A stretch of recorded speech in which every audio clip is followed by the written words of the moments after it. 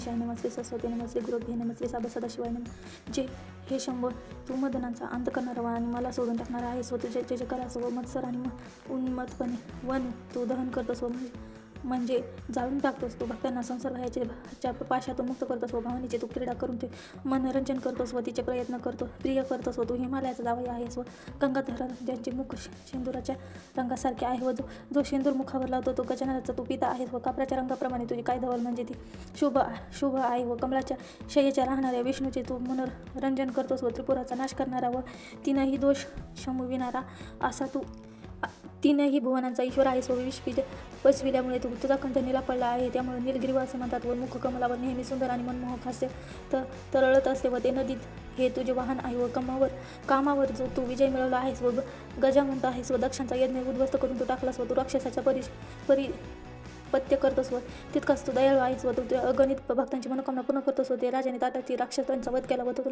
तुला अतिप्रिय आहे व तिनेही ताप नाहीसे करून तू भक्ताला सुखी करतोस व तुझे तू अतुलनीय गुणवर्णन करायला 10,000 तोंडे असलेल्या शेषनागालाही तेवढे सामर्थ्य नाही. तू नेहमी शांत राहतोस व विकल्परहित आहेस, निरंजन आहेस व तू शाप शरहित पूर्ण विरक्त आहेस व अशा आपल्या भक्तांना तू पाशातून मुक्त देतोस व ते जन्म मरणाच्या फेऱ्यातून तू सोडवीत आहेस व जे अनन्य भावाने तुझी भक्ती आचरतात त्यांना तुझे जे ऐहिक सुखी मानतील ते तू पुरवित करतोस व सकाम भक्ती करताना ते तुझ्या स्वतःच्या ध्यानाची गोडी लावतोस व ते मन आपल्या ठिकाणी एकचित्त करतेस व ते तुझे भक्त अंत्यविरक्त होऊन ते तुझ्या पायाजवळ मोक्ष पावतात व सोमवार आणि प्रदोष व्रताचे आचरण केले नाही. सर्व असंख्य स्त्री पुरुष व भवसागर तरुण गेले व तेव्हा त्याविषयी एक कथा तू सूत शौनदिकांनी सांगत आहेत व चित्रवर्म राजाची कथा व श्रीमती आख्याने. आर्यावर्त अर्थ भारत देश ही पुण्यभूमी आहे व जेथे आपण राजा चित्रवर्म राज्य करीत होता व पूर्व नल आणि हरिश्चंद्र राजे होऊन गेले व तसा हाही पुण्यशील प्रतापी राजा होता व राजा जन्मदाता पिता आपल्या मुलांचे व मायेचे पोषण करतो व तसा राजा काही ब्राह्मणांना प्रजेंना स्वतःच्या मुलाप्रमाणे सांभाळ करीत असे व दुष्ट दुर्जन व खल प्रवृत्तीच्या लोकांना दंडित करीत असे व प्रयत्नामध्ये तो भागीरथ होतो व वायुसूत हवामानासारखा तो बलवान होता व रणांगणात तो परशुरामासारखा अजंक होता व राजाप्रमाणे दानशूर होता व विष्णुशंकर यांच्या भक्तीत ते साधारण मान असायचा व ते आता पुष्कळपुत्र झाले पण युद्ध वडिलांप्रमाणे शूर होते व ते 5 मुखी असलेल्या शंकर त्याची भक्ती नवस केल्यावर त्याला एक सुंदर रत्नकन्या प्राप्त झाली व दयमंती रती मंदोदरी अशा उपमा तिच्या मुलीला जेणे खाली मान घालीत व ते लक्ष्मी किंवा पार्वती उपमा देण्याचे योग्य वाटत नव्हते व दिसायला भार्गवी सारखी अप्रतिप होती व ते हेमवतीने उपमाच तिला शोभून दिसत होती व कलंकरहित चंद्रासारखा तिचा चेहरा निर्दोष होता व ब्रह्मदेवाने त्रिलोक्यातील सौंदर्याचा कर्क काढून तिला बनविले असावी. तिच्या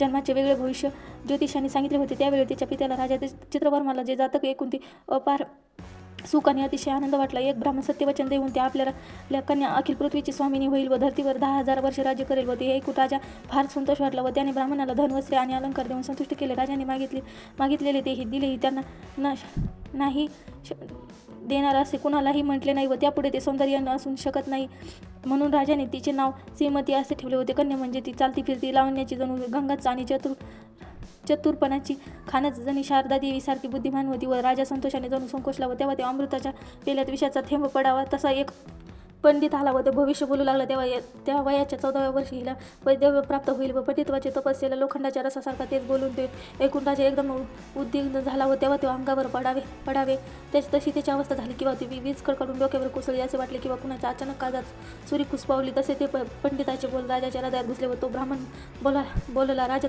तरी तू चिंता करू नकोस व शिवल्या अमृत कृपेने तुझे भक्त हिचे सौभाग्य क्षण राहील व सत्यवचन समज व नंतर ब्राह्मण आपल्या घरी निघून गेला व पण राजा घोर चिंतेत पडला व तिला घातले काहीच ठाऊक ह्यातले काहीच ठाऊक नव्हते. ती कळीचे फुल तेव्हा झाली कळलेच नाही व तेव्हा सर्व कलांमध्ये निपुल झाली व चातुर्य खाण्यातील दिव्यरत्न अशी ती शोभून दिसू लागली. तिचे मधुर स्वर आणि आलाप ऐकून कोकिल स्तब्ध होत व तिच्या अंगाचा गंध सुटायचा आणि त्याने कस्तुरी मृग रानात वेडे व्हायचे. पित्यांना तर ती प्राणाहून प्रिय होती. तिला पाहून डोळे कधीच तृप्त झाले नसत व तिचे मुख कमल पाहून ते आणि मदन लाजेने मान खाली घालायचे व तिचा कटी प्रदेश पाहून सिंह तोंड लपवायचे व तिची गती पाहून ते मानस सरोवरातील हंस लपून बसायचे व तिचे चालणे पाहून त्या हत्तींना शंका येऊ लागे व तिचे केस कुरळे पाहून ब्रह्मांची पंक्ती सुवासासाठी तिच्या भोवती रुजू घातली व लाजेने तिने पाहिले की तिचे नेत्र जणू मासा हरिण यांचे डोळ्यासारखे एकत्र केल्यासारखे वाटे व तिची चिवीनी पाठीवर हलताना पाहून असं भुजंग डौलाने डोलतो असा वाटे व तिचे नाक पाहून पोपट त्या वृक्षावर पळत असे. केवी तिची नासिका पाहता यावी म्हणून ती ओढ पाहून डाळिंबाची फळे लाजेने चूर होऊन जातात. पिकलेल्या डाळिंबाच्या दाण्याला लाजवीन असे तिचे दात होते व तिचे स्वप्न पाहून कमंडलू शंकित होत व त्या स्थानाचे रूप वर्णन तरी कसे करावे. तिच्या शरीराचा सुगंध 10 योजने इतका लांब पसरे व सूर्यप्रभेसारखी तिची कांती चमकत होती व तिचा मुख चंद्रमा शरीर राशीसारखा आल्हाददायक वाटे व ती उपवर झाली व आता तिच्या बऱ्याच सख्यांनी मिळाल्या व भगिनी आणि किन्नर कन्या तिच्या मनोरंजनासाठी गायन करू लागल्या व त्यांच्याकडून श्रीमतीने बातमी समजली. 14व्या वर्षी तिला वैधव्य प्राप्त झाले व एका ऋषीने सांगितले आहे की एकूण राजकन्या भयंकर संतापली आणि ती याज्ञवल्क्याची पत्नी मैत्रेयी हिच्याकडे जाऊन तात्काळ तिचे पाय धरले आणि ती रडत रडत विचारू लागली, हे सौभाग्य चिरकाल टिकणारे असे कोणता व्रत मी करू जे मी त्वरित सांगा. कोणत्या देवतेंचे पूजन करू, त्या गुरुला शरण जाऊ. मग ती मैत्रेयी सगळा वृत्तांत प्रथमापासून सांगितला. मला वयाच्या 14व्या वर्षी निश्चितपणे वैधव्य येणार आहे. तेव्हा तिची मैत्रेयी तिला शांत करून म्हणाली, सोमवाराचे व्रत धर. आणि तिला शिवपंचाक्षरी मंत्र सांगितला व सर्व पूजेची तांत्रिक अंगी तिला सांगितले व सायंकाळ झाली व शंकर पूजा व षडोपचारे पूजा अर्पण करावी. निर्मल भक्ती अंतःकरणात ठेवून पूजा. जरी तुला दुःख प्राप्त झाले तरी ते व्रत सोडू नकोस. ब्राह्मणांना भोजन दे आणि आदि आदराने दाम्पत्याची पूजा करून त्यांना संतोषी ठेव. दुःखांचे जे पर्वत जरी कोसळले तरी ते व्रत सोडू नकोस. मनात व्रताचा कंटाळा करू नको आणि व्रताला बोल लावू नकोस व हे व्रत धर की कोणत्याही स्थितीत दुःख शोक करू नको. विवाह. पुढे निषाद राजाचा राजा नळ, त्याचा नळपुत्र, त्याचा इंद्रसेन, त्याचा मुलगा चित्रागती हा मदनासारखा सुंदर दिसणारा 64 प्रवीण पिता मोहन नळ राजासारखा सर्व लक्षणाने युक्त असा होता व संपूर्ण पृथ्वी जरी शोभली तरी तिची चित्रांगत सारखा सुंदर दुसरा सापडणार नाही म्हणून तो वीर म्हणून निश्चित केला व त्याची पत्रिका पाहून सर्व ठरवले. इकडे श्रीमतीने व्रताचरण करण्यास आरंभ केला व तेव्हा व्रत सांगितले होते व त्यापेक्षा त्या आदराने व्रत करीत होती व ते दिवसाने 1100 दाम्पत्यांना वस्त्रालंकार देऊन त्यांची येत होती पूजा करीत होती व ते भोजन घालून त्यांना संतुष्ट होती व यथासंग शिवपूजा सुद्धा करीत होती व सोमवार ती जागरण करीत होती. पंचसूत्रे शिवलिंग तयार करून त्यासाठी अतिसुंदर मणिमय शिवमंदिर तयार केले होते. शिवपूजन करताना काहीही कमी पडणार नाही याची काळजी घेत असे व पूजेचे फळ विश्वासाभिषेक केला असता सहसा पापांचा नाश होतो व शिवांची पूजा मनभावे कायावाचा मन एकाग्रचितेने केले तर अपार साम्राज्य विस्तार होतो व तो गंध अक्षदा आणि फुलांचा वाहिल्याने ते सौभाग्य अखंड राहते व शंकराचं पुष्प धूप जाळा असतात ते सुवासिक होते व दीप जाळ्याचे वंशवृद्धी संतत होते व दीप दीर्घायुष्य होते व नैवेद्य देह दाखविल्याशिवाय पूर्ण भाग्य उजळते व लक्ष्मीचा वास शार्थ पूर्ण होतात व नमस्काराने निराग आरोग्य लागते व प्रदक्षिणा घातल्याने ते ब्रह्मन नाहीसे होतो व ते नाम जापल्याने महासिद्ध प्राप्त होतो व हवनाने धनसंचय होतो व ते कीर्तन केले असता साबेशिवाय दे अशी कृपा लागते व ते साक्षात शंकर पुढे उभा राहतो व शिवाचे ध्यान केल्याने ते आत्मज्ञान महाज्ञान प्राप्त होते व कथा श्रवण केल्याने आदिवेदी होतात व शिवासमोर उत्तम होऊन ते नृत्य केल्या जन्म मरणाच्या चक्रातून मोक्ष मिळतो व ते तंत विवंत धन ही लक्ष्मीवादी शिवासाठी सुंदर आलाप काढत वाजविलेली होते. कंठ सुस्वर होऊन अपार कीर्ती वैभव प्राप्त होते व ते रत्नी त्याला केले असता नेत्रात दिव्यदृष्टीचा लाभ होतो व ते अशा रीतीने ह्या शंकर रासव पूजन केले सर्व ठिकाणी विजय मिळतो व लाभ होतो व ब्राह्मण भोजन दिल्याने ते वर्णन केलेले सर्व प्राप्त होते. त्यापेक्षा जास्त आदराने भक्तीने निष्ठेने आणि शिव कीर्तन करीत होता व त्या शिवोपासनेचे फळ आहे व त्यानंतर निषाद राजाचा पुत्र चित्रांगती आणि श्रीमती राजकन्या यांचा विवाह मोठ्या थाटामाटात लावून दिला व ते 4 दिवसापर्यंत लग्न सोहळा चालला होता. त्याने सर्वत्र विधीसह करायचे म्हणजे मोठा समुद्र एवढा ग्रंथच तयार होईल व सहस्र आमच्या राजाने दक्षिणा म्हणून ते वस्त्रालंकार न वरले व किती दिली त्याची गणनाच करता येणार नाही व आशा शाळा गजशाळा रत्नखचित विशाळा चित्रशाळा नृत्यशाळा जामतात आनंद म्हणून दिले होते. 4 दिवसापर्यंत 4 वर्णाच्या लोकांना तृप्त केले व ब्राह्मणांना अपरिमित दक्षिणा दिली होती. इतकी नेत्यांना वाट सोडून दिली होते. याचक सुद्धा पुरेपुरे म्हणत तोपर्यंत समाधानी केले होते. राजाने राजाचे औदार्य पहा व राज्याचे दारिद्र्य नष्ट निषाद दुःख संकट सर्व दारिद्र्य मुळापासून नष्ट झाले व राजाने धनाचा असा काही वर्षाव केला की दारिद्र्य धुरळा अशा झाला व याचकाची तृप्ती झाली. मनात समाधान पावले व जणू तृप्त होऊन गेली व चंद्राच्या 16 कला चिरवून जगू राजकन्याचे दात ईश्वराचे बसविले आहे असे वाटे व दातातील दोष दूर करून त्यातील ते फटी सुंदररित्या भरल्या होत्या व त्या तिच्या हिरड्यात तांब्र वर्णाने शोभून दिसत होत्या व तिथे शोच्छवामृत सुगंध बाहेर पडे व तिच्या मुखाचा रंग कमळाच्या पाकळ्यासारखा आरक आणि गुलाबी होता व कंठ शंखासारखा कमळाच्या माळा आणि कमळाचे पाने एकदटून तिच्या चंद्रावर प्रमाणे देखण्या चेहऱ्यावर ओवळून टाकले असे ते श्रीमतीचे राजा प्रसादात प्रवेशीला असो सर्व मन पान सोपस्कार पूर्ण झाल्यावर ते इंद्रसेन निषेध राजाला निघून गेला व तेव्हा ते सर्व वराडी लोक श्रीमतीच्या सौंदर्याची स्तुती करत निघून गेले होते. विजयादशमी आणि दिवाळी पाहून चित्रांगत श्रीमतीला पित्याने सन्मानाने बोलावले. राजाला जावयाला भरपूर दिवस ठेवून घेतले व त्यांना सन्मान केला व पक्वाने केले आनंदात ठेवले होते. श्रीरंग इंद्र या जोड्यासारखा चित्रांगत आणि श्रीमती जोडा शोभून दिसत असे होता व नाना प्रकारे ते सन्मान देऊन त्यांना आनंदित ठेवले होते. एक दिवस चित्रांगत सोबत एक अफाट सेना घेऊन तो हरिणाच्या ठिकाणी शिकारीसाठी गेला व तेव्हा रानात शिकार करताना फार दमला, शरीर तापले आणि घाम आला. तेव्हा ते चित्रांगत अथवा मिळावा म्हणून ते यमुनेच्या पाण्यातून नावेतून गेला व ते यमुनेच्या डोहात नावेमध्ये मुख्य सेवकांना घेऊन चित्रांगत आरामात बसला होता व चौकडे नजर फिरवीत तो हास्य विनोद करू लागला. यमुनेच्या पाणी काळेशार आणि कृतांतासारखे भय निर्माण करणारे खोल पाणी होते व ते पाण्यात तळ कोणी कधी गाठला नाही व अचानक सोसाट्याचा वारा आला आणि ते नाव पाण्यात डळमळू लागले आणि नावाडी आक्रोश करू लागले होते. ते अरे ऐका सैनिक हो, चित्रांगत राजाचे नाव बुडत आहे व तेव्हा अकस्मात नाव येऊन बुडून गेली होते. सर्वजण भयभीत झाले. एकच आकार उठला व त्यांचे सर्व वर्णन करायला शब्दच नाही व काठावर सेना अपार उभी होती पण त्यांच्या दुःखाला सीमा उरली नाही. चित्रांगताच्या पाठीमागे सारखा आकांत करीत होते व ते जिकडे तिकडे हाहाकार माजला व ते सेवक हाहाकार मारत धावत सुटले व तेव्हा त्यांनी वार्ता चित्रांगताला सांगितली व तेव्हा राजा छाती पिटवत यमुनेच्या काठाकडे धावत आला व पालखीत बसून श्रीमतीने आईसह धावत त्या ठिकाणी आली होते. सर्वजण दृश्य पाहून ती जमिनीवर कोसळले. सर्वजण दुःखात बुडून गेली व तेव्हा ती कोणाकोणाला दिलासा देणार व श्रीमतीने धरणीवर निचेष्ट पडली व तेव्हा ती पित्याने सावरली व आईने शोक सागरात बुडून नेले व सर्वत्र एकच आकांत उठला व श्रीमती धरणीवर निष्ठित पडली व ती पित्याने सावरले. आईने धावत जाऊन मुलीच्या गळ्यात मिठी मारली आणि सर्व सृष्टीची जणू शोकाने पृथ्वी जणू डळमळू लागली व तेव्हा समुद्राचे पाणी तृप्त झाल्यासारखे वाटले व पशुपक्षी वाहणारे वृक्ष, वेली, लता, पर्वत याही श्रीमतीने पाहून अत्यंत शोक वाटला व अतिशय शोक झाल्याने ती श्रीमतीला मूर्छा येऊन पडली व ती बातमी ऐकून भद्रसेन पत्नीसह धावत आला आणि हे सर्व एकत्र आले व दुःखात वार राहिला नाही व ते सुनेला पाहून सासऱ्याचे शोक उन्मळून बाहेर पडला व चित्रांगताची आई मूर्छित होऊन धरतीवर कोसळली व स्त्रियांनी तिला सावरली व त्याच्या शोकास अंतच नव्हता व तो हातात माती घेऊन लावण्याची तोंडाला घाली व म्हणून गहन पाय केले व त्याचे भयानक फळ मिळाले व माझा एकुलता एक मुलगा फार मायेचा व पूर्ण पापाचे फळ यमुना काळरूपाने आली व ती काय आमच्या आंधळ्याची काठी जणू यमुना डोहात बुडून गेली का बरे असे आमच्या अनाथाची काठी पहा बरे कोणी निर्दयपणे सोडून टाकली व माझा राजहंस मला दाखवावं म्हणजे माझा पाडस चोरून नेल्या. माझा चित्रांगत निष्पाप त्याला चोरून नेले व मी पूर्वी कोणते पाप केले होते व प्रदोष व्रत मध्ये सोडून दिले होते व शिवरात्रीला मी जेवण केले किंवा सोमवाराचे व्रत मी सोडले होते तेव्हा लक्ष्मी पती विष्णू आणि उमापती शंकर यांच्यात भेदभाव केला होता व हरिहर कीर्तन चालू असताना मी किंवा कथा चालू असताना रंगाचा बेरंग केला व का ब्रह्मवर्ग जेवत असताना पंक्तिभेद केला होता तेव्हा संत म्हणताना दोष दिला किंवा दुसऱ्यांच्या धनाची किंवा अभिलाषा ठेवली होती काय किंवा दान केले म्हणून उगीच पुष्कळ दिवस ब्राह्मणांना खेपा घालवायला लागल्या व दात देत असताना हिने विघ्न उत्पन्न केले व कोणाच्या तोंडाचा घास ओढून घेतला का मी पूर्वी गुरुद्रोह केला का व किंवा जेवायला बसलेल्या ब्राह्मणाला उठवून लावून दिले का हरिणा आणि पाडसाला एकमेकांपासून दूर केले का सैन्याची निंदा केली का कशामुळे माझा पुत्र की काय असे गेला असे काय वाटते व असू नंतर प्रधान व इतरांनी मिळून चित्रपट श्रीमतीला सावरले आणि त्यांनी स्वतःची घरी नेऊन आपल्या घरात घेऊन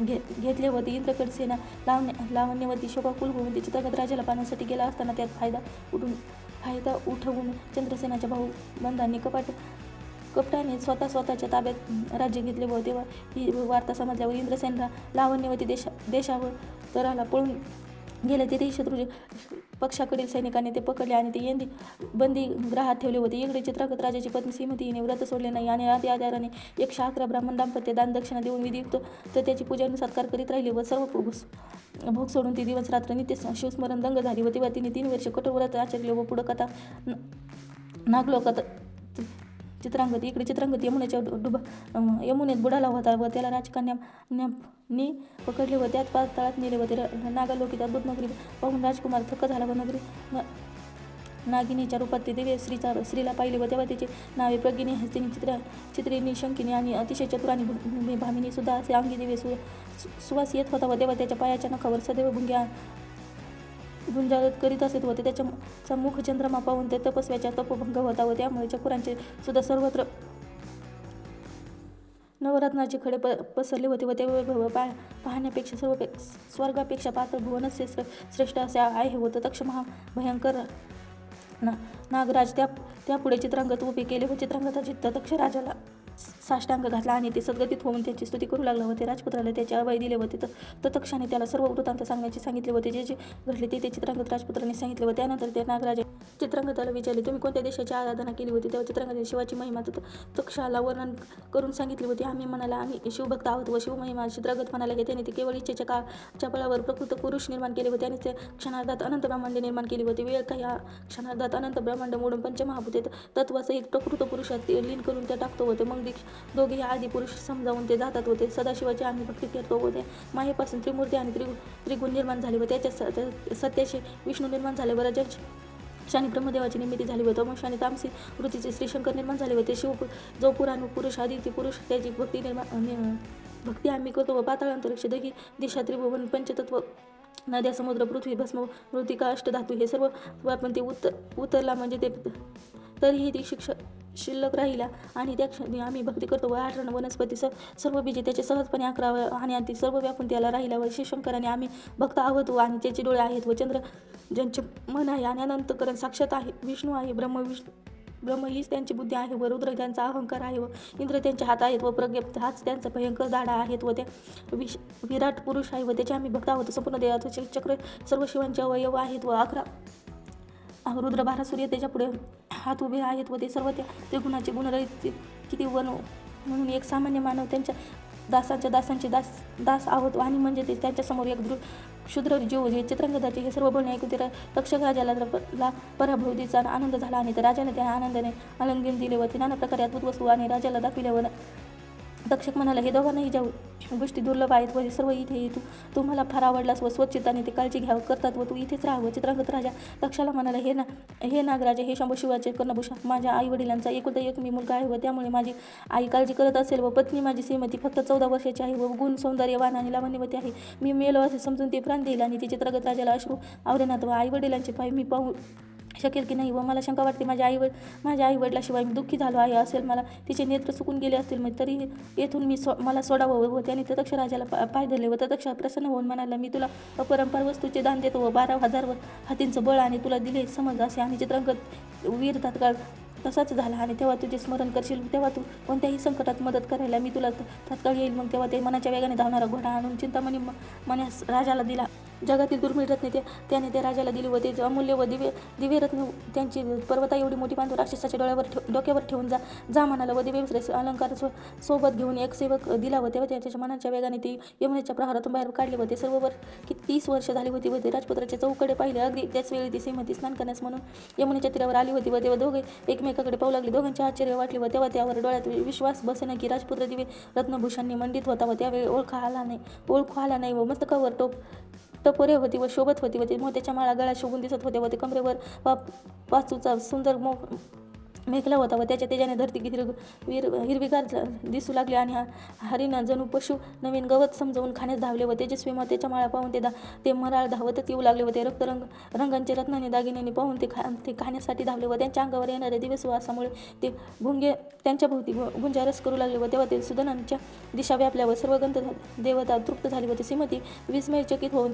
ती नुसती पाहतच राहिली व तिच्या मनात ब्रह्म उत्पन्न झाला व चित्रांगत सुद्धा स्तब्ध राहून ते क्षणोक्षणी तिच्याकडे न्यावळू लागला व तेव्हा ती श्रीमती गळ्यात आभूषण नव्हती व मंगळसूत्र नव्हते व कपाळावर कुंकू नव्हते, अशा डोळ्यात गाजळ नव्हती. श्रीमती राजपुत्र चित्रांगत पाहत होता व तिला तटस्थपणे पाहत होता व ती रंभा उर्वशीसारखी दिसत होती व ती चिंतेने कृश झाले आणि ते काळं वंटलेली होती व ती चंद्रग्रहणाच्या वेळी झाकोळून जातो तशी ती अवस्था झाली होती व तिच्याजवळ येऊन त्यांनी सर्व हकीकत विचारली व कोणाची कोण आहेस व सर्वत्र प्रथम मला पहिल्यापासून तू सांग व मला आपल्या जन्माच्या संपूर्ण चरित्र तिने चित्रांगताला गतक केली व तेव्हा बोलताना अश्रूंचे तिचे डोळे भरून आले व ते अश्रुधारा वाहू लागले व तेव्हा जसे शिवलिंगावरून दूध गळावे तसे बोलताना तिचे नक्षासारखे तिचे दात चमकत होते. श्रीमतीच्या सख्यांनी मोठ्या चतुर आणि राजपुत्राला सांगितले की तू वर्षापूर्वी हिचा नवरा यमुनेच्या डोहात बुडाला व हिचे सासू सासरे शत्रूंना बंदिस्थानात ठेवले आहे व शुंभांगी लावण्याची अशी ही दशा झाली व चित्रांगताचा दोष ऐकून तो गळा भरून आला आणि सत्यत होऊन खाली पाहत आपले रत्नाळलेले डोळे वस्त्राने सारखा पुसू लागला व श्रीमतीने सख्यांना सांगितले कुठलाही कोण हो हे विचारा. त्यावर तिच्या सख्या चित्रांगताला विचारू लागले आपण कुठून आला आहेत व आणि खून काय आपल्याकडे आपले नाव काय व तेव्हा चित्रांगत म्हणाला मी सिद्ध पुरुष आहे व माझ्याची इच्छित स्थळी चाललो आहे व क्षणात स्वर्गात क्षणात पातळात असे माझे जाणे येणे तिने लोके आहे व तेव्हा कितीही काळाचे ज्ञान आहे व ती श्रीमतीने हात धरून त्यांना कानात त्याचे अमृतमय बातमी सांगितली व तेव्हा ती इतकी जिवंत आहे आजपासून 3 दिवसांनी तुला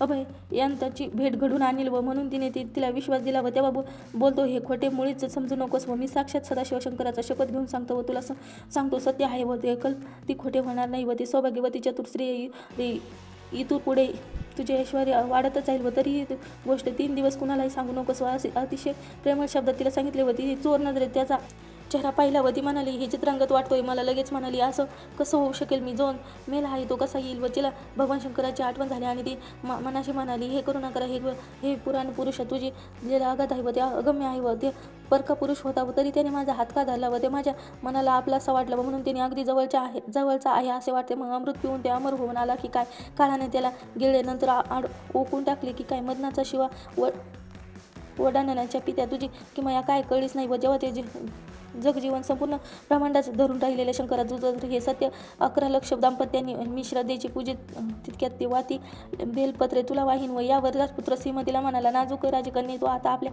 महालाकडे लवकर जावं ती तुझ्या सासू सासऱ्यांना ही गोष्ट जाऊन सांगतो की तुझ्या चेहऱ्यावर हास्य खुलेल मी मानेनेच हो ठीक आहे. म्हणून ती घराकडे निघाली. तिच्या मैत्रिणी शपथ घेऊन श्रीमतीला सांगू लागले की तुझा पुत्र चंद्रसेन आणि राजा कोण पुरुष आहे हो हे तुझा हात धरून काय धरू शकेल. तुझे बोलणे ऐकून तुझ्या डोळ्यात जीव साठवला होता व ती श्रीमतीला त्यांना दटावले व तेव्हा असे म्हणून ती गोष्ट कुणालाही सांगू नका चूप राहा व तुम्हाला शिवाजी आणावे. श्रीमतीच्या चेहऱ्यावर सौभाग्यवतीचा आनंद ओसडून वाहू लागला व ती आणि तिने मन शांत झाले व कोठेही बोललो नाही व आपले घरी गेली आणि मग मनोवेगाने ती घोड्यावर आसन आरूढ झाले होते व श्रीमतीच्या आपल्या नगराच्या बाहेरील एका उपवनात जाऊन ते उतरला आणि नागलोकीत नागांचे मनुष्य वेश धारण करून ते शत्रूच्या गोट्यात जाऊन शत्रू व राजाला वर्तमान सांगितले व चित्रांगत जिवंत परत आला आहे व त्यांनी महासिद्धी मिळविली आहेत व त्याशिवाय त्याचा 12 सहस्र हत्तीचे बळ प्राप्त झाले आहे आणि दिव्य अश्वावर आरूढ होऊन तो आपले राज्य परत मिळवणार आहे व तुम्ही आता स्वतःचे प्राण वाचवावे आणि तुम्हाला आता कोण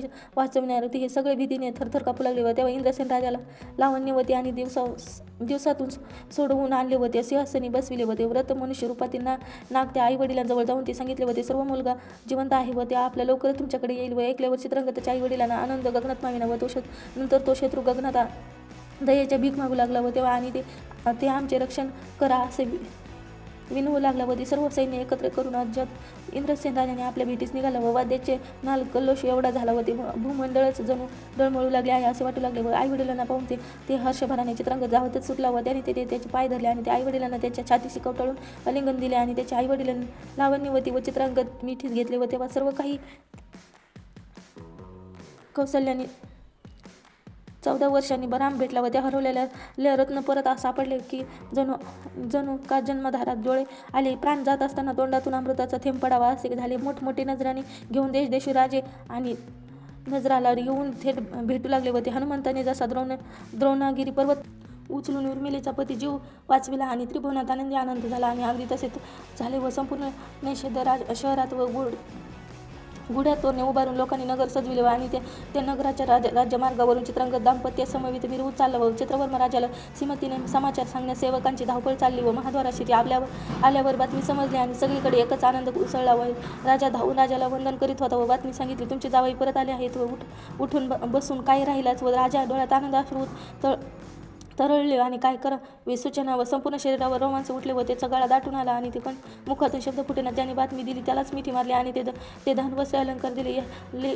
साखरेने भरलेल्या रथातून सर्व शहरात साखर वाटली आणि ते मंगलवाद्य एकसारखी बाजू लागली व सर्वत्र प्रजाजन धावतच सुटले व ते राजाने द्रव्याची सर्व भांडारे मुक्त केली. पाहिजे तेवढे धन घेऊन जा, आज माझ्या आनंदाला सीमा नाही व जय जय शिव उमानाथ असे म्हणून ते राजा उड्या मारत नाचू लागला. नगरीचे प्रजानं नगरराजे घेऊन धावू लागले. नंतर राजाने श्रीमतीला बोलावून दिव्य अलंकार धावून जय जयकार व करत मंगळसूत्र घालिले व कपाळी दिवे कुंकू, डोळ्यात अंजन हळद पुष्पांचे हार चंदन सौभाग्य लावून ते त्रयोदश गुणी विडा दिला व एक जणी श्रीमतीला शृंगार सावरत होती व ते एकी पिकदानी पुढे करी व ते नगराच्या सर्व स्त्रिया श्रीमतींना पाहण्यास येऊ लागल्या व ते आईने उचंबळा हृदयाने धावतच येऊन श्रीमतीचा घट्ट गळा पकडला, कवटाळले व म्हणाली, तुझे सौभाग्य कुंकू संभ्यभाग उचंबळून वर आले आहे. वाटले की शक्य नव्हते ते घडले व आकाश भेदून तुझे ऐश्वर्य वाढीला लागले व तुझे सौभाग्य व रूपी गंगा दुथडी भरून वाहू लागले. आता तू कशी थांबणार? धन्य धन्य तो सोमवार व्रत. श्रीमती 11 लक्ष दाम्पत्य पूजा करून ते संतुष्ट केली व व्रताचे उद्यापन करण्यासाठी ते नगरात आला व चित्रवर्मा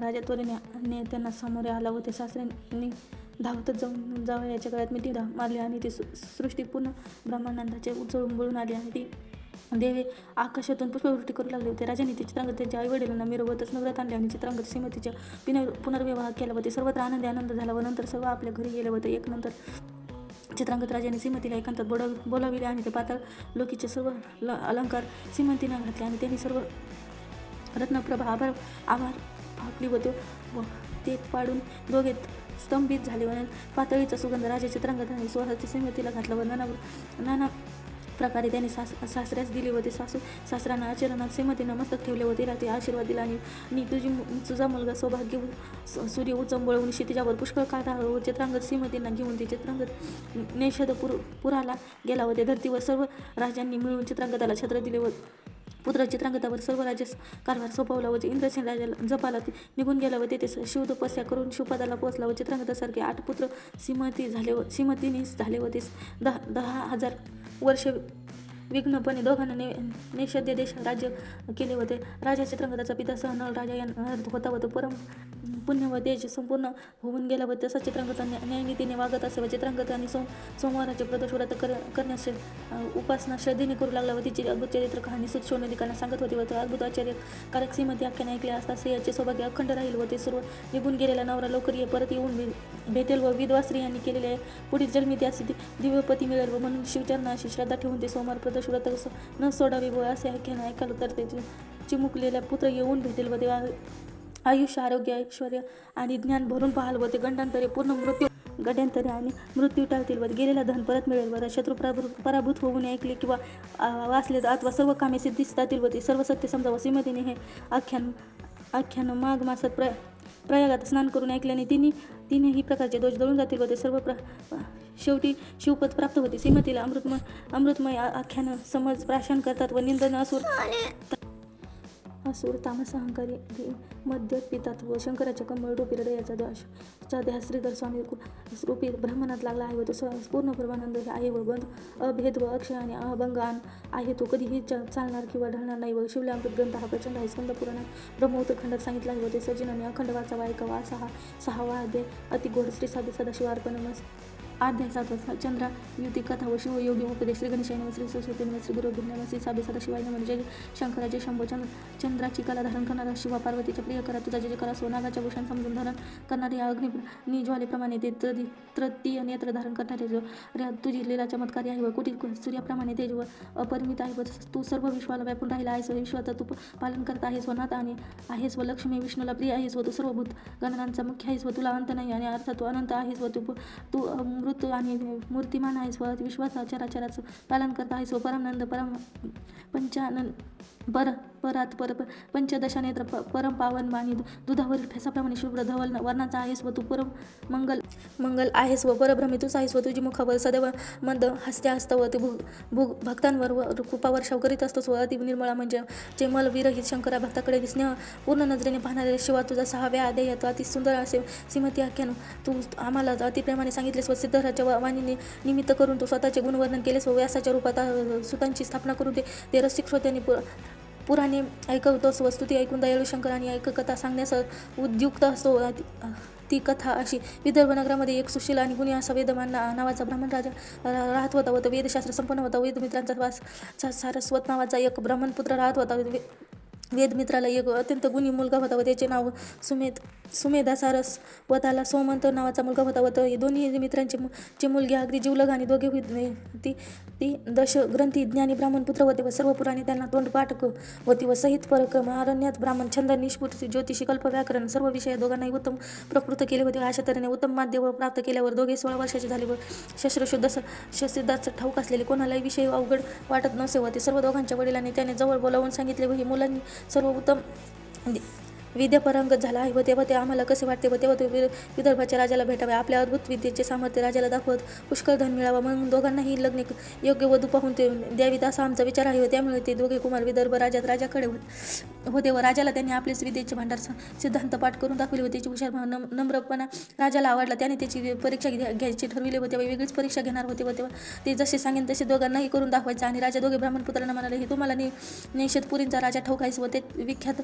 पतिव्रता पत्नीपूर सर्वांनाच त्यात ज्ञान आहे व तिच्या नवऱ्याची मृत्यूवर विजय मिळविला व त्या प्रित्यर्थ साध्वी पत्नी दाम्पत्य भोजन घालावे, त्यांना सन्मान करते आणि दान दक्षिणा वस्त्रालंकार देऊन सन्मानित करते व पुरी दोघांनाही माझे असे सांगणे की तुमच्यापैकी एकाने स्त्रीवेश धारण करावा किंवा यक्षाने ते तसे करावे. तुमची पूजा करून दिव्य अलंकार देऊन तुम्हाला ती संतुष्टी केला व त्यानंतर तुमचे माझ्याकडे यावे व म्हणजे मी सुद्धा तुम्हाला यथेष्ट धन देऊन संतुष्ट करीन. आई वडील गुरु राजा या वचनावर अविश्वास कधी दाखवू नये व तेव्हा ते कुमार म्हणाले, मग ही गोष्ट अनुचित आहे व याची निंदा करावी तेवढीच थोडीच आहे व स्त्रीवेशातील पुरुष पहिला शैचल स्नान करावे. स्नान झाले की पुरुषांनी स्त्रीवेशात पाहणारेचे अधपतन होते व ते स्त्रीवेश धारणही जन्मजन्मी स्त्रीच राहतो. असे कर्म करणे ठीक नाही, सर्वदा अनुचित असे ते शास्त्रे सांगतात व आम्ही विद्याभूषित आहोत व तुम्ही अमाप धन मिळवू. आम्ही प्राप्त केलेला विद्या आणि ती ताजी टवटवीत आहे व ते विद्येचे आम्ही धरणी व राजाचे समाधान करून ते मन जिंकून घेऊ व ते आमचे पायी नतमस्तक होऊन ते आम्ही प्रार्थना करून आम्हाला धन देऊन सन्मानित करतील व ते धीर पांडवांची विद्या आणि मातच आहे. विद्वानापुढे सुद्धा नतमस्तक होऊन ते विद्वान राजा यांची तुलनाच होऊ शकत नाही व कारण राजा फक्त आपल्या राज्यातच पूजिला जातो व पण विद्वान हा राजाकडून पूजिला जातो. विद्या ही अवघड परिस्थिती उपयोगी पडते व ते विद्या कामधेनुसारखी असली तिला योग्य उपयोग करण्याचे सोडून निंदा मार्ग अवलंब करण्यासाठी कायमचा योग्य नाही व आई वडिलांपेक्षा विद्या ही वेगळी आहे. संकटात आणि प्रवासात फारच उपयोगी पडते व परक्या राज्यात व विशेष उपयोगी पडते व विद्येने राजाचे श्रेष्ठत्व ठरते. धनाने नाही तर पृथ्वीवरील सर्व राज्य विद्वानालाही पाहून हात जोडतात व विद्याहीन माणूस हा दगडासारखा किंवा पशु समान आहे व जिवंत असूनही मेल्यासारखं किंवा मूर्खप्रमाणे समजावे. त्याचे तोंड सुद्धा पाहू नये. आई वडिलांपोटी जन्म घेऊन त्याचे त्यागच उगच आईला कष्ट दिले व राजा दोघांनाही म्हणाला, माझे एवढे म्हणणे मान्य करावं. संकटात पडल्यासारखी त्या दोघांची अवस्था झाली व त्यामुळे त्यांनी राजाला म्हणण्यास होकार दिला व राजाने त्यातील एकुलता एक स्त्रीवेश अलंकार व ते आणून दिली व ते आणि सोमवारी सायंकाळ पूजेच्या वेळी ते दोघांनाही राजाने श्रीमतीकडे पाठवून दिले. श्रीमतीने सर्व प्रमदांची ईश्वर होती व तिच्या योग्य दुसरी स्त्री पृथ्वीवर नव्हती व तिला पाहून ते सर्व नृत्य करू लागले व तेव्हा ते उभं उर्वशी चातुर्य खाण्यास असलेले ते अप्सरा सुद्धा तिला पाहून लज्जित झाले व रेणुका जानकी याचीच उपमा तिला द्यावी लागेल व ते दाम्पत्य पाहून ते उगाचच मनात बळबळ हसू लागला व तेव्हा पण प्रसंगावर राघवंतीने त्याला शिव पार्वती असे म्हणत मुक्तिरूपाने समजून त्याची पूजा केली व ते षड्रस अन्नाचे भोजन दिले व ते शिवपूजा गौरी समजून तिने त्यांना अलंकार बसल्यावर भरपूर धन भरून दिले व आपण नमस्कार करून त्याने बोळवण केली व त्या वेशात ब्राह्मण परत राजाला भेटला व तेव्हा पुढे पुरुषरूपी नवरा मागे पुरुष नाना प्रकारची चेष्टा करीत स्त्री मित्र नवऱ्याप्रमाणे पुरुष वेशधारी मित्राला बोलवून लागली व तेव्हा ते स्त्री वेशधारी ब्राह्मणाला अल्प्यात बदल झाल्याचे जाणून आले व तेव्हा ते पुढे जाणाऱ्या मित्राला म्हणाला, तो वन म्हणजे सुंदर एकवंत वास व घनदाट वृक्ष झाडे आहे व मी विवळ होऊन ते कामवासनीच्या मी व्याकुळ झाले आहे व त्यात थंडगार मेघरूपी पाण्यात वर्षाव करून माझी शरीराला शांती दे. नाथ, मी स्त्रीरूपी पावले आहे व ते पाहिजे तर जवळ येऊन पहा. तेव्हा ते पुरुष मित्र म्हणाला, चेष्टा करू नकोस, मी वस्त्र सोडून टाक आणि पुरुष हो विनोदी करतोस. तू ऐकून जाणारे लोक हसतोच. बघ, तू काम पीडित होऊन तो जमिनीवर मूर्छित होऊन पडला व ते प्राणनाथ धावा हाका मारू लागला व तेव्हा ते माझी वासना तृप्त करावा असं म्हणू लागला. तेव्हा ते मित्र रानातच वेगाने परत आला व ते म्हणाला, ह्या हसले सोंग काय घेऊन बसला, आपण बंधू सर्व परित्याग केलेला होतो. आपण दोघे ब्रह्मचारी विद्यार्थ्यांना आहोत. व तो श्रीरूप त्याचा मित्र म्हणाला, अरे अरे काय बोलतोस तू? माझे अवयव चापून पहा, तू माझं शरीर सुख देव. मग त्या मित्राला हातात धरून अंडमार्गाला झाली झुडूपात कोणी पाहणार नाही, आडमार्गाला पाहणार नाही अशा एकांतात ठिकाणी श्रीमित्र घेऊन त्याला गेला होते. वृक्षाला गगनाला भिडले होते व तेव्हा फांद्या जमिनीला लागत होत्या व असा तमाल देवदार आंब्रा आणि कदंब वृक्षाच्या वनात नेऊन त्याला म्हणाला, आता तुझी शंका निरसन करवत घे. व मित्र म्हणाला, मी स्त्री आहे व तू माझा नवरा आहेस व इतर दुसरा विचार होऊ शकत नाही. व ते मात्र पहिली पुरुष मित्र मला हे घडू शकत नाही. व आपण दोघे गुरुबंध आहोत व आपले शास्त्रे शिकलास त्याचे ते फळ काय? व जरा विचार हो आधीच मित्र स्त्री झाला व तेव्हा होता तेव्हा तो एकांत वासात तो ध्वज होऊन त्या आपल्या मित्राच्या गळ्यात मिठी मारू लागला. तेव्हा ते बळे त्याचे चुंबक घेऊन लागला व तेव्हा ते मित्राचा हात धरून तो आपण स्त्री आहेस असं स्वतःवर अवयवावर हात लावून दाखवू लागला. तेव्हा ते झिडकारून तो पुरुष मित्र मागे सरकला आणि ते म्हणाला, नसता अनर्थ करू नकोस. व पुरुष धन्य आहे जो एकांतात परस्त्री सुखांची इच्छा करीत असताना देखील जे जळत नाही तो धन्य होय. व ज्यांच्या वृत्तांत विकार नाही व ते शंकर म्हणाला, त्याच्या पायाची सकल तीर्थ ते वास करतात व हे निश्चित त्याच्या रानात मनुष्य औषधाला सुद्धा दिसत नाही.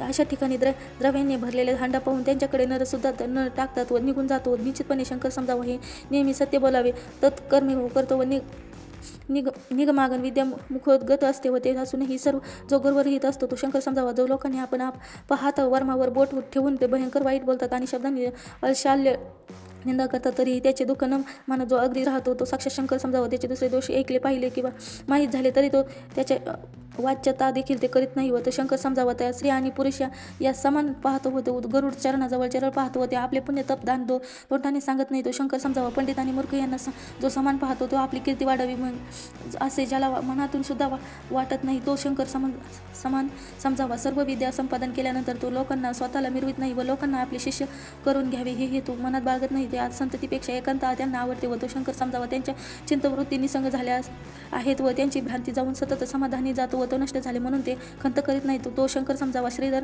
म्हणतो, हे असे पुरुष म्हणजे साक्षात देव गुरुचा समजावेत व ब्रह्मानंद परम हंस समावेत. त्यांच्या पायाती पादुका होऊन अखंड राहावे. वेदमित्रांचा मुलगा खरोखरच परम साधू वृत्तीचा होता व त्याने ते मोठ्या धैर्याच्या कामावासना आवरून ठेवून श्री मित्राला म्हणाला, चला पण नगरात जाऊ, हेच उत्तम आहे. व तेच जाऊन ते कसे काय झाले हे विचार करू. बोलून सास्वत पुत्राने त्या आपले स्त्री पुरुष आपल्या घरी आले आणि त्यांनी सर्व वृत्तांत सास्वत ब्राह्मणाला सांगितलं. तेव्हा सास्वत ब्राह्मणाने आकांत केला व राजाकडे गेला आणि छाती बडवून घेऊ लागला. व तेव्हा राजाला म्हणाला, हे दुर्जना माझा पात केलास व माझ्या पुत्राला हत्येचा बोल लावीन मी. वेदशास्त्र संपन्न असा एक मुलगा मला होता व तो माझा निर्वंश केलास. तुझे तोंड काळे झाले रे.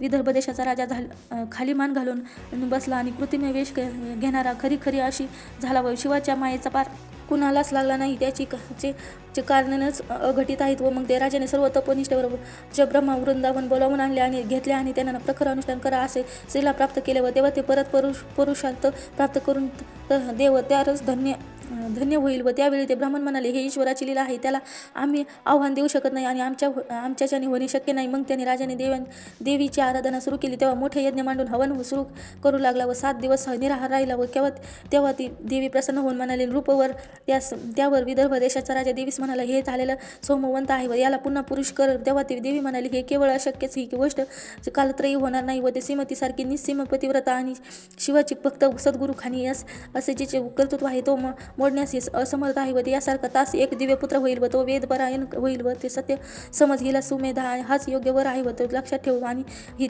त्याचा विवाह करून दे. देवाशी च्या आज्ञेवरून सुमेधा यांनी स्त्रीचा विवाह लावून देण्यात आला व अंबिकेच्या सत्यवचनाप्रमाणे तिला सारस्वताला पुत्र झाला व ते धन्य श्रीमतीने शिव आराधना त्यांना तीनही जगात उपमास नाही. व तेव्हा कृत्य साक्षात पर्वत ही बदल करू शकत नाही. व तेव्हा पिंगला आख्याने एवढी कथा सांगितल्यावर सुतांनी त्यांनी समाधान होण्यासाठी सांगितले आहे की आणखी एक कथा सांगतो. म्हणजे जे अवंती नगरीमध्ये एक ब्राह्मण राहत होता व तेव्हा अत्यंत वासनेच्या आहारी गेला होता व त्याचे नाव मदन होते.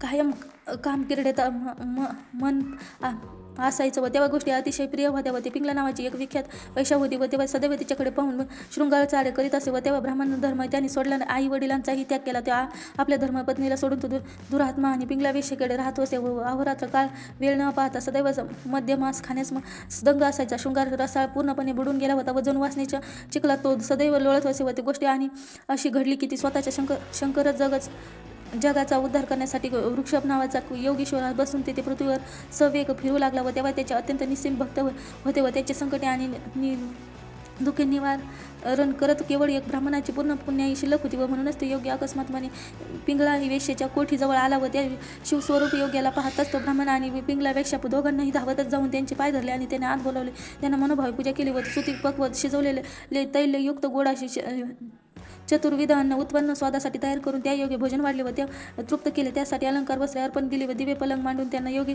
राजाला त्यावर निजविले व तळ हाताने दोघांनीही त्यांचे पाय चुरले व तेव्हा सूर्योदय होईपर्यंत त्यांना योग्याची उत्तम प्रकारे सेवा केली व ते एक रात्र उलटून गेल्यावर त्या योगी अदृश्य झाला व दोघे असे म्हणू लागले की साक्षात उमेचा पती शंकर आम्हाला व दर्शन देऊन आमच्याकडून सेवा करून घेऊन निघून गेला व मग ती पिंगला वेश्या मदन कालांतराने स्वर्गवासी झाली व तेव्हा ते आपल्या शिवसेवेचे पूर्ण घेऊन गेले व दाशार्य देशाचा राजा ही ज्याला वर्जभाऊ म्हणून ती ओळखली असतात तिथे विशेष कीर्ती संपन्न होता व त्याची पट्टराणी जी सुमती नल राजाच्या व दयमंतीसारखी सौंदर्य संपन्न होती व ती सुमतीच्या पोटी मदन नावाच्या ब्राह्मणाने जन्म घेतला होता व पिंगळा वेश्य श्रीमती पोटी कीर्ती मालिनी म्हणून जन्मास आली व पुढे कथा कशी लक्षवेधी पडली होती ते ऐका. मदन हा पट्टराणी सुमतीच्या पोटात असताना एक वेळी एक घटना घडली होती. ते सुमतीची सवती पुष्कळ होत्या व सर्व एक झाल्या आहे. कपट करताना म्हणाले की राजा पट्टराणी हिला पुत्रच होणार नाही व तेव्हा त्या नियोजना करून राणीस जालिम आणि विष ती गरोदर असते घातले होते जेणेकरून तिला तात्काळ मृत्यू यावा. पण ठरले वेगळेच ती प्रसूती झाली आणि तिच्या अंगावर विष फुटले पण तिच्या बालकास ही क्षती व्रण पडले नाही. त्यातून रक्त आणि पूज रात्रंदिवस वाहत असे पण राजाने उत्तम वैद्य आणले आणि ते उपचार करविले परंतु औषध घेऊन सुद्धा बरे वाटेना व बाळ रात्रंदिवस रडत असे व सुमती राणी त्यांच्या दुःखाने शोकाकुल झाली व मृत्यूही येत नव्हता. तेव्हा ती व्याधी आणि वाढतच होती व ती बरी होत नव्हती. लेकरू सनातन रडतच असे व राजाच रात्रंदिवस झोप नव्हती व मग त्रास तो कंटाळला आणि त्या आईला बाळाला रथ बसवून घोर अरण्यात सोडून आला व तेव्हा त्या अरण्यात ते माणसे राहत नसत व दुर्लक्ष सुद्धा घडणे कठीण होते व ते भयंकर सर्प वाघ यांचे अरण्य सुमती बाळास कडेवर घेऊन डावी व उजवीकडे फिरत होती व पायावर काटे दगड लागत होते. तशा चक्कर येऊन जमिनीवर पडत होती व पडायचे आरडावारडा करायचे आणि पण पाणी देणार कोण व तशात वरानात अंग तुटून होते व ते ईश्वर आळवू लागला व तेव्हा ती संपूर्ण जगाचा आत्मा आहे व तू कैलासपती आहेस व संपूर्ण जग तुला वंदन करते व तू ब्रह्मानंद मूर्ती स्वरूप आहेस. भक्तांना संकटात कवच धारण करून सांभाळतोस अशी तुझी कीर्ती आहे व ती गुणवान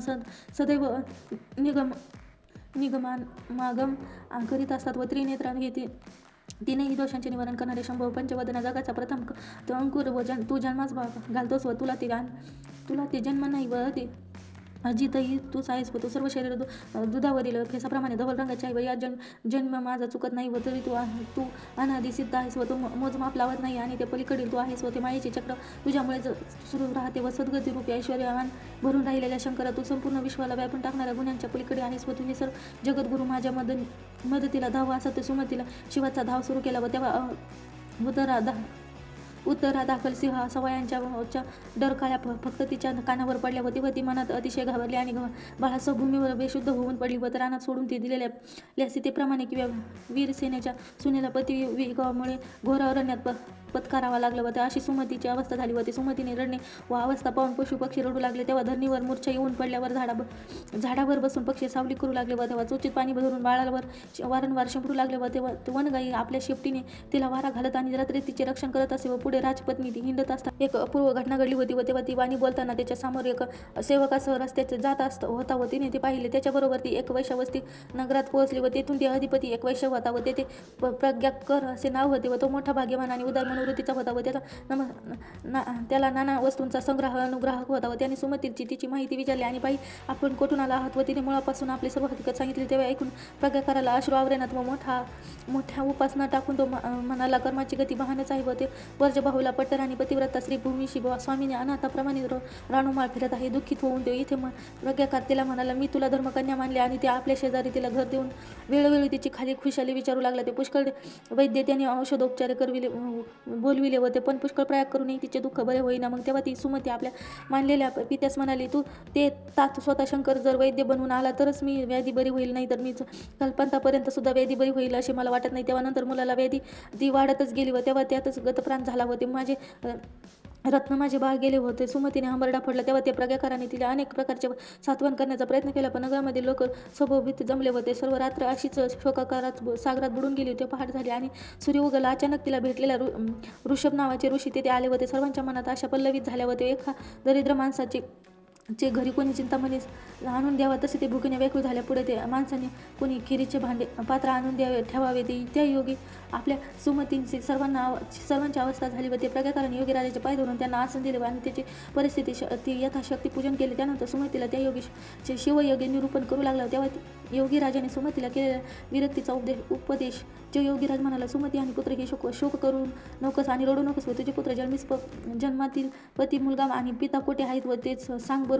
84 लक्ष योनी फिरून आलीस व जन्मातील तुझे सगळे सोयरे आई वडील बहीण भाऊ कोठून क्षणात कोठे गेले होते या वृत्तांत सर्व मला सांगशील का? तू निरनिराळ्या योनी जन्म घेतेस आणि यापुढे किती जन्म घेशील कुणालाही हे ठाऊक नाही. व मग मुलगा गेला, तू त्यासाठी का रडतेस? व स्वतःच्या मनाला जरा विचार करून पाहावं. ज्या ज्या वर्णांमध्ये प्राणी शरीर घेऊन जन्माला येतो त्या कुळाचा अभिमान करून लोक वर्णन करतात, परंतु कसे आणि कुठून उत्पन्न झालं स्वतःला विचार पाहत पण नाहीत. व मग मुलगा कुठून आणलास व आणि कोणत्या ठिकाणी मृत्यू पावला आणि सकाळ कोठ मेल्यावर केव्हा कोठे कोणत्या देहाला जन्म घेतील हे तुला ठाऊक आहे का?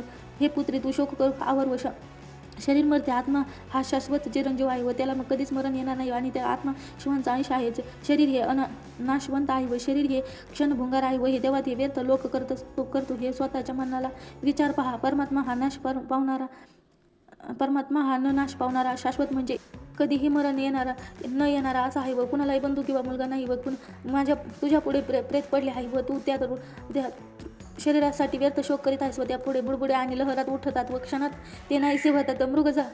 मृगजळासारखी तू त्याची अवस्था केली आहे. सर्व खोटे समान आहे व हे बुडबुडे सत्य समजावे. वृक्षाचे चित्र काढणे आणि त्यासाठी सावलीत दोघे कोणी कधी बसले आहे हे सर्व चित्रांगत अग्नी दाखवीत. त्याला चित्र जर घरात लावले तर हे घर जळून जाईल असे तसे चित्रांगत गंगा नदी वाहत दाखविले व तेव्हा ती नदी माणसे पोहत आहेत हे सर्व दाखविले आहे. मग नदीतून कोणी वाहून जातो का? वांजश्रीच्या मुलाने भरपूर संपत्ती आणली पण ती भीष्मकन्या मारुतीला अर्पण केली व गंधर्व नगरीचे वराड आणून लग्न केले असे कधी घडले आहे का? तो वाराने मंडप बांधून वाळूच्या दोऱ्याने शिवला किंवा आळवून बांधला व शिंपीतील रूपांचे भांडे करून त्यात कोणी आकाशरूपी पुष्प भरले का? कासवीचे दूध काढून त्याने तृप्त मिळवून मृगजळातील मासे दिवट्या पेटवतात तसे ते माणसं पायात घुंगरू बांधून ते नाच करतात व जन्मांध लोक पाहत बसले आहेत असे कधी घडले आहे का? ते सर्पाच्या कानातील कुंडली चित्राच्या चोरांनी चोरून आणली होती. जितके बोटे तसेच प्रपंच मुळातच खोटा समज व त्याला खरे कसे म्हणाल? मुळातच खोटे आहे व अशाश्वत आहे व त्याचा शोक करून काय फायदा? व ते शरीर हे दुःखाच्या संकटाच्या रोगाच्या झाडाचे प्रज्ञानच जणू आहे व रोगाचे भांडार आहे व ते कृषी कीटकांचे माहेर आहे व ते देह म्हणजे पापांचा समुद्र किंवा भ्रांतीचे आकाश समजावे. मूत्र रक्त चरबी मांस अशी ही शरीररूपी चामड्याची बांधलेली मुळी जणू आहे व स्त्रीचा विटाळ आणि पित्याचे वीर्य मूळताच अपवित्र आहे आणि ते असत्य आहे व हे सत्य असत्य शरीर हे शत्रूंचे व मूत्र शिंपडल्याने पवित्र होईल का? डोक्यांचे मुंडन केले की तरी पावन कसे होणार? ते जोपर्यंत गुरुला शरण जात नाही तोपर्यंत कसे काय उद्धरून जाणार? कल्पकोटी फेरे जरी मारले तरी ते मुक्त कसे होणार? सुमती पुत्री तुझं सांग, तुझे मागील अनेक जन्मांचे पती कोठे आहेत व तुला ठाऊक आहेत का? हे सर्व मायेचा खेळ आहे म्हणतो सावध का होत नाही? व तेव्हा शरीर 3 गुणांनी बांधलेले होते व पंचमहातत्वांचे वासे आणून ते डोलारा उभा केला आहे व त्याचे ते निर्मिले आहे व त्याचे परत मागितले व द्यायला लाज का वाटावी? तेव्हा मायाच्या शरीराचा कोणी भरवसा दिला आहे का बरे? त्याला ते अग्नी द्यावा लागेल ते सांगणे कठीणच. वस्त्र जुने झाले की त्याला ऋणाबंध टिकून राहतो का? मृगजवळ जसे खोटे असते तसे स्वप्नात राजा झाला की पाहणे किती सत्य आहे. अशाच स्वप्नाच्या विश्वात प्राणी धनधान्य पुत्रप्राप्तीची इच्छा करतात व याला काय म्हणावे? व दोघं ओढक्यांची गंगेत थेट होणे नंतर पाहण्याच्या प्रभावामुळे त्याची ताटा तूट होते व त्याचप्रमाणे स्त्री पुरुष तसे असतात. तर मुळातच जे खेळ खोटा आहे त्याचा हव्यास कशाला हवा? झाडावर पक्षी येतात बसतात घरटी करतात, कितीही निरनिराळे पक्षी येतात आणि जातात पण दुसऱ्या झाडावर बसतात, त्याची पिले पण तसेच करतात. तेव्हा ते कोण कोणाचा नाही वाट सोडून वृक्षांच्या छायेत बसतो व उष्मा संपली की उठून जातो. सोयरे बंधू आप्त या वाट साऱ्यासारखे असतात. हा प्रपंच मायारूपी वृक्ष आहे व वृक्षावर जीव आणि शिव असे दोनच पक्षी असतात व जीव मात्र त्या वृक्षाखाली विषय फळे खातो आणि ते भक्ष्य केल्यावर तो स्वतःच विसरतो, भुलून जातो व त्या जीवनाच्या भ्रमरूपी जाळ्यात अडकून राहतो आणि जन्ममरणाच्या चक्रात अडकून जातो व त्यामध्ये एखादा पुण्यवंत निघतो व तो सद्गुरूला शरण जातो. तो स्वतः शिवस्वरूप होऊन तो शिवाची आराधना करतो व वृषभयोगाचे असे ते दिव्य निरू पण ऐकून जे मनाच्या खोल अंतकरणात उतरते तेव्हा ती सुमती उठली व तेव्हा तिच्या मनात अष्टभाव दाटून आले व तेव्हा ती योगाच्या चरणी वृद्ध करू लागली व तेव्हा ती म्हणाली, तू इतका महाज्ञानी आहेस, मग तू इच्छेने तू तेच करशील व तेव्हा तू साक्षात उमेचा पती शंकर वाटतोय आणि तू भक्ताच्या रक्षणासाठी तू धावून आला आहेस असे वाटते. व त्यानंतर ती योगी पुरुषांनी तू सुमतीला महामृत्युंजय मंत्र सांगितला आणि त्या मंत्राचा उच्चार करून तू अंगाला भस्म लावतात तिची व्यथा निघून गेली व रंगा उर्वशीपेक्षा तिचे शरीर दिव्य झाले व मृत्युंजय मंत्राने बाळाच्या अंगालाही भस्म लावल्याने तो बाळ झोपेतून जागा झाल्यासारखा उठला. त्याचे व्रण आणि व्याधी सर्व गेले व ती 32 लक्षणे रूपवान दिसू लागली व तेव्हा नंतर शिवध्यान व शिवाची उपासना कशी करावी याची त्या योगी सुमती तिला बाळाला सांगितले. बरेच लोखंडाच्या पारसाला लगेच त्याचे पूर्णपणे जसे सोने होते त्याचप्रमाणे दोघे मायलेकरी दिव्य रूप पावली व प्रज्ञान आश्चर्य करू लागला. म्हणाला, हे धन्य गुरु तुम्ही धन्य.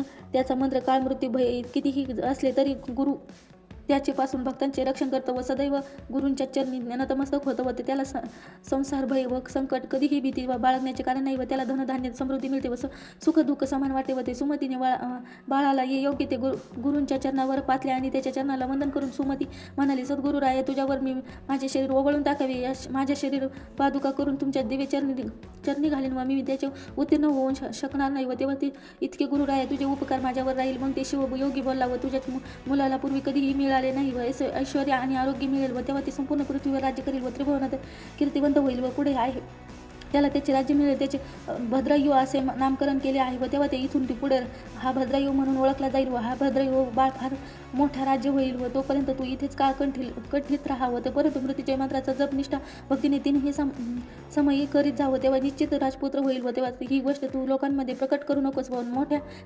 विद्यावंत व 64 कलांमध्ये निपुण असा तो आहे व तो बोलावून त्या योगी ते अदृश्य झाला व ते आचरण आठवून सहमतीने ते मन क्षणाला भरून यायचे व प्रज्ञा करायला सर्व प्रकारचं पाहून आद्यानंद झाला व तेव्हा त्यानं पुत्र सुनयाच्यापेक्षा भद्राईवर अधिक माया करी होते. नेहमी त्याचे लाड पुरवित असे व भद्रकाने स्वतःच्या जवळचे धनचर्म करून ते दोघांनाही मौजी बंधने केले व दोघांनाही सारखे भूषणे घालून गुरुजींनाही समाधान केले. भद्रायू 12 वर्षांचा झाला व तेव्हा तो धीर गंभीर स्वभावाचा सुशील असा होता व आईच्या सेवेसाठी नेहमी तयारच असायचा होता. मायलेकरांचे पूर्ण पुण्य या अपार होती व त्या योगी ते शिवयोगी अकस्मात त्यांच्या दारी आला व सुमती आणि तिचा मुलगा भद्रायू त्याच्या चरणी लागले व डोळ्यातील आनंद अश्रूंनी त्यांचे पाय धुतले व केसांनी पुसून काढले. त्याच्या योगीला वारंवार नाम करू लागले व त्यांच्या अष्टभावात दाटून आले. त्यांनी योग्याच्या षोडोपचारी पूजा करून मोठा सोहळा केला व ते सुमतीस योग्याच्या स्तवन करून केले. म्हणाली, तुझ्या कृपेने आज पुत्रवती व ती आहे योगी महाराज. तेव्हा त्या योगी भद्रायूला शिवनीती शिकवू लागला व ती श्रुती स्मृती पुराणे यातले सांगितले व नीतीप्रमाणे धर्माचे वर्तन ठेवू. आई वडिलांना गुरु समजून त्यांच्यावर निष्ठा ठेवा आणि गाई भूदेव प्रजा सर्वांना शिवास समान मानत जावं. वर्णाश्रमाने स्वधर्माप्रमाणे आचरण सहसा सोडू नकोस व उतळेपणा विचार न करता कोणतीही गोष्ट करू नकोस व मागच्या आणि पुढच्या घटकांना विचार करून कुशलपणे बोलावे. वेळ कोणती आहे, आपला मित्र कोण, शत्रू कोण, द्वेष करणारा कोण, कमाई खर्च किती का यावर मनात विचार करून तसेच वागावे. माझी शक्ती किती, आपले सेवक कसे वागतात ते यशाला कारणीभूत होतात अपयशाला याची मनी पडताळा घ्यावा व आपली मुले, पत्नी, शत्रू, सेवक, घरातील गोष्टी रोग व्याधी या गोष्टीकडे लक्ष न देता दुर्लक्ष केले तर हानी ही निश्चित समजावी. जो मार्ग विद्वानांनी अनुसरला त्याच मार्गावरून आपण लक्षपूर्वक जावी. आईवडील येती यांची कधीही निंदा टाळावी करू करूस. वैश्वदेव समयी अतिथी आला तर त्यांना जात न विचारता अन्न वस्त्र देऊन तो शिवच आहे असे समजून त्याला समाधान करावे व परोपकार जराही कमी करू नये व दुसऱ्याला कधीही पीडा देऊ नये व ब्राह्मणाचे रक्षण नेहमी करणाऱ्या लोक परमेश्वरच समजतात. दुसऱ्यांची निंदा आणि विनाकारण वाद टाळून सर्वदा शिवांचे स्मरण करावे, त्यालाच मौन असे म्हणतात. शिवाच्या ठिकाणी चित्त सतत ठेवावे व हेच मोठे तप समजावे. दुसऱ्यांच्या पत्नी आणि शिवाची पूजा यथाविधी करीत राहावी. स्नान, होम, जप, ध्यान, पंचयज्ञ, गाय, विप्र यांना भोजन देणे, श्रवण, मनन, निध्यास आळस न करता करावेत व खाणेपिणे, भोजन करणे हे प्रामाणिक असावे. दान, सत्कर्म आणि गोष्टीचा कधीही आळस करू नये व धर्मपत्नीला सुखी आणि समाधानी ठेवावे. शत्रूला दंडित करावे. साधू व ब्राह्मणाशी नेहमी नम्रतेने वागावे. देश करणाराला धडा शिकवावा व संतांचे प्रति व भक्त जनाविषयी आदर आणि नम्रता ठेवावी. समाजकंटकांना शिक्षा करावी व सर्व प्राणीमात्राविषयी आदर प्रेम असावे. दुर्जनांना हिंसका दाखवावा, उपकारकर्त्याचे चरण म्हणतावे, शौर्याने पृथ्वी जिंकावी, ब्राह्मणासमोर नेहमी लीनता दाखवावी, न चुकता शिवस्मरण करावे, हातात दान देण्याची सवय लावावी, पायी देवळात किंवा यात्रेला जावे, इतके वेळी नेहमी शिवाचे दर्शन घ्यावे व पुराणे ऐकतात लक्षपूर्वक ऐकावी. तर संतांना लिंगन दिल्याने शरीर पावन होते. डोळे मिटून शिवाची मूर्ती डोळ्यासमोर आणावी आणि तोंडाने शिवाची स्तोत्रे अंतकरण पूर्वक गोड आवाजात म्हणावी. ते शिवाच्या निर्मात्याचा सुगंध एक कानाने ग्रहण करावा. याप्रमाणे इंद्रियांना सन्मार्गाला लावावे. गरीब अनाथ अज्ञानी पाहून त्यांना मदत करावी. ईश्वरात नितांत प्रेम करावे.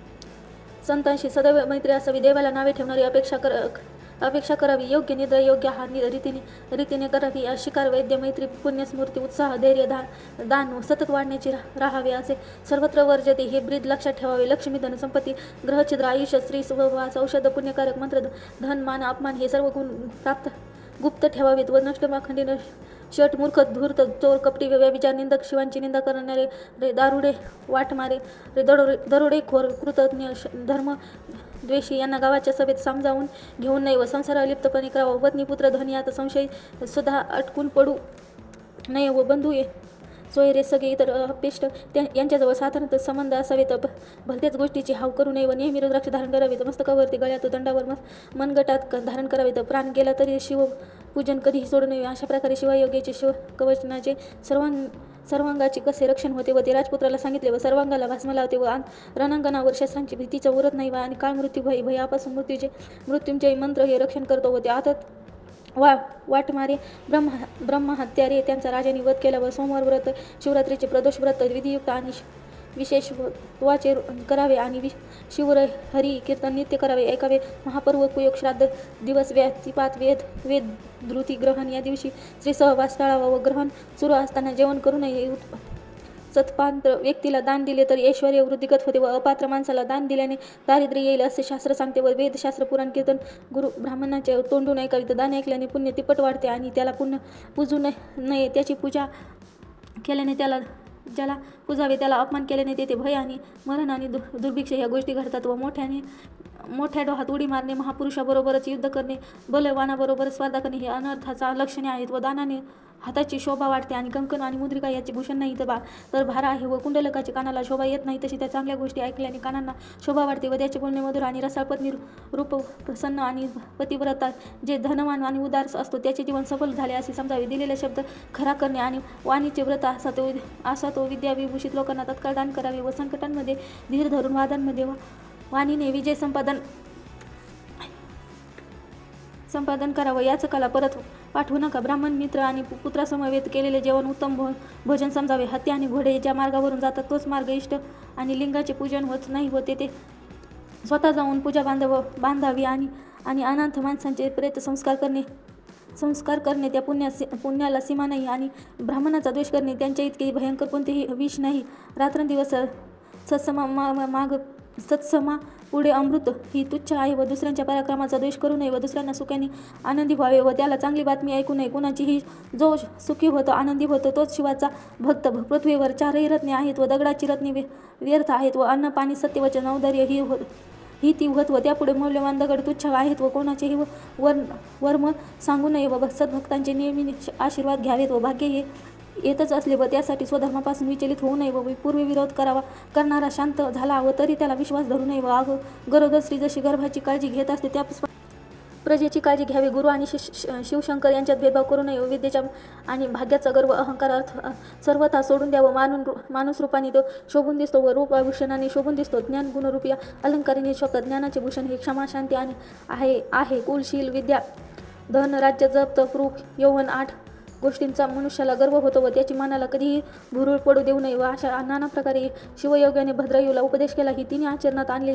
या जगात कोणत्याही गोष्टी कठीण वाटणार नाहीत. 7वा अध्याय कैलास पर्वतावर जणू काही शिवपार्वतीचे निवस्थानच आहे व याची पारायण रूपी प्रदक्षिणा जो करतो तो यशस्वी होतो. किंवा हा अध्याय जणू हिमालयाचं पर्वतच आहे व भक्ती करणारी उमा आणि त्याची मुलगी आहे व तिचे पाणी ग्रहण करून दुधावरील फेसासारखा शुभ्र दिसणारा शंकर आपल्या सासरच्या घरी राहिला व पुढे कथा अति रोचक आहे व शिवयोगी भद्रायू खूप कृपेचा हात धरतील व अशी ती गोष्ट. ब्रह्मानंद दिवस रात्र श्रवण करीत बहुरूपी हत्तीला विदीर्ण करणारा हरणाचा शिकारी सहींच असा ब्रह्मानंद येत इंद्र हा माझा आहे जगाचा गुरुरूपी साक्षात शिवशंकर होय व शिवलीलामृत ग्रंथ प्रचंड आहे. स्कंद पुराणातील ब्रह्मोत्तर खंडामध्ये त्याचे वर्णन आले आहे व ते सज्जन लोकांनी अखंड वाचावा. हा 7वा अध्याय गोड आहे. श्री साबे सदाशिवार्पणमस्तु. ओम नमः शिवाय.